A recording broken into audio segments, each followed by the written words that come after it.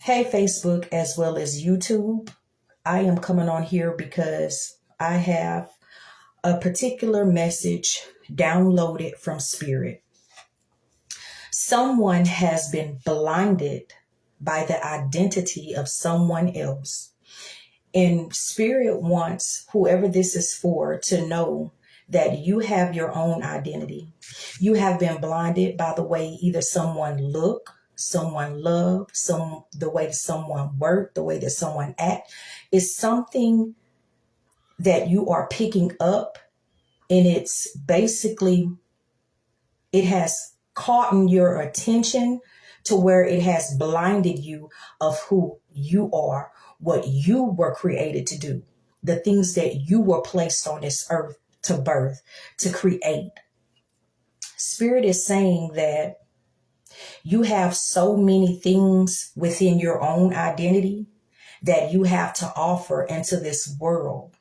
And if you get wrapped up and hung up in someone else's identity, you can never live to the full capacity of your identity, of your light being, of who you were created and destined to be. So it's okay to like what someone else brings to the table, but don't get so wrapped up in what they bring to the table that you forget about your own self. You forget about what you bring to the table, what you were created to do, how you were created to move. My beat, my dance might not be the same beat and dance that you groove to, is what I'm getting from Spirit. It's okay to pick up what I'm going to say is the way of someone else if it's something that could push you to your destiny. But Spirit doesn't want you to get so caught up that you forget who you are and what you were purposed to do. Because we all have a purpose.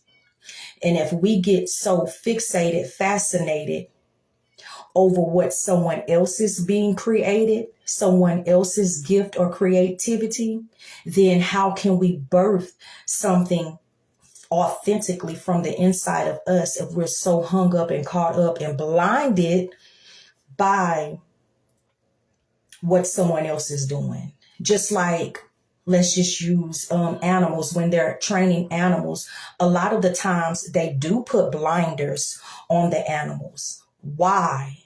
Why do they put blinders on the animals? Because they don't want the animals to be so fixated on what the other animals are doing.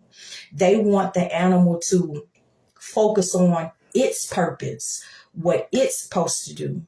Just like when you're in a job. When you're in a job and a manager is training you, the manager is telling you what to do.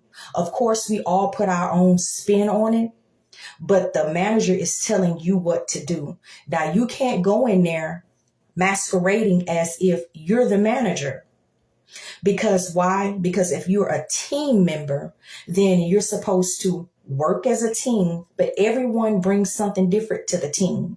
The way someone else helps a customer, or just like animals, the way certain animals, let's just say search for food, may not be the same way another animal search for food. Why? Because everyone was created in a different way. Every person, everything was created for its own special purpose. A tree is not going to produce a flower. It's going to produce a tree, or whatever the fruit that the tree is supposed to bear. That's what it's going to bear. So we have to get to a place in our life, and I'm just using those for different examples. We have to get to a place in our life. Something could be amazing. Something could be beautiful. Someone could work, and the way they work and the way they do their stuff could be so fascinating, so mesmerizing. But we have to not get blinded to where we forget that we're amazing as well. We bring a lot of gifts to the table as well. We were created and we have our own talents as well. We cannot forget that because we're so fascinated, so amazed in awe of what someone else brings to the table or what someone else has. So for whoever this is for, hopefully I didn't ramble on so much. For whoever this is for, Spirit is saying, get unblinded and see your own purpose.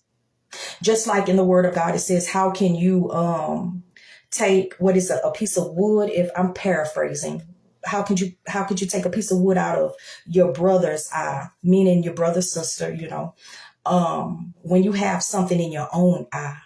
So I'm using that to balance out what I'm saying. And that's true. That's even with gifts and all kinds of other stuff. How can you see what you're created to do, your purpose? How could you figure out what it's meant for you to do if you're so fixated on what somebody else is doing or what somebody else brings to the table? Because we all can bring something to the table. We just have to figure out, what is it that I bring to the table that is different than someone else?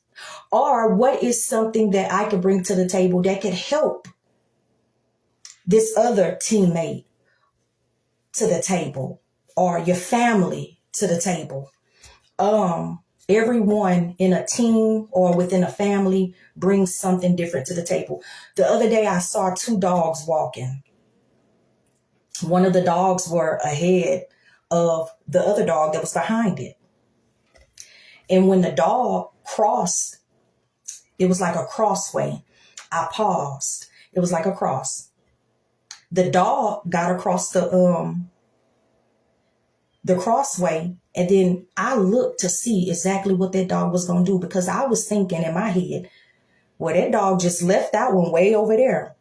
That dog stopped. Even though it was much faster than the dog that was behind it, it still took a minute to stop. That dog mind was working. Something in that dog mind said, stop and check on your partner, your teammate, the one that you left behind. And that's exactly what the dog did. It stopped and it looked to see how far its teammate was behind him or behind her. I don't know what the gender of the dog was. So with that being said, find out what you bring to the table. It doesn't matter if someone offers something that you feel like is better than yours. You bring something to the table. Sometimes we may not want to bring nothing to the table because we may feel like it's not good enough to even present to the table. But Spirit is saying whatever you bring to the table is going to be good enough, especially if it's authentic. Whatever you birth that's authentic is good enough to bring to the table. So with that being said, peace out, much love until the next live stream.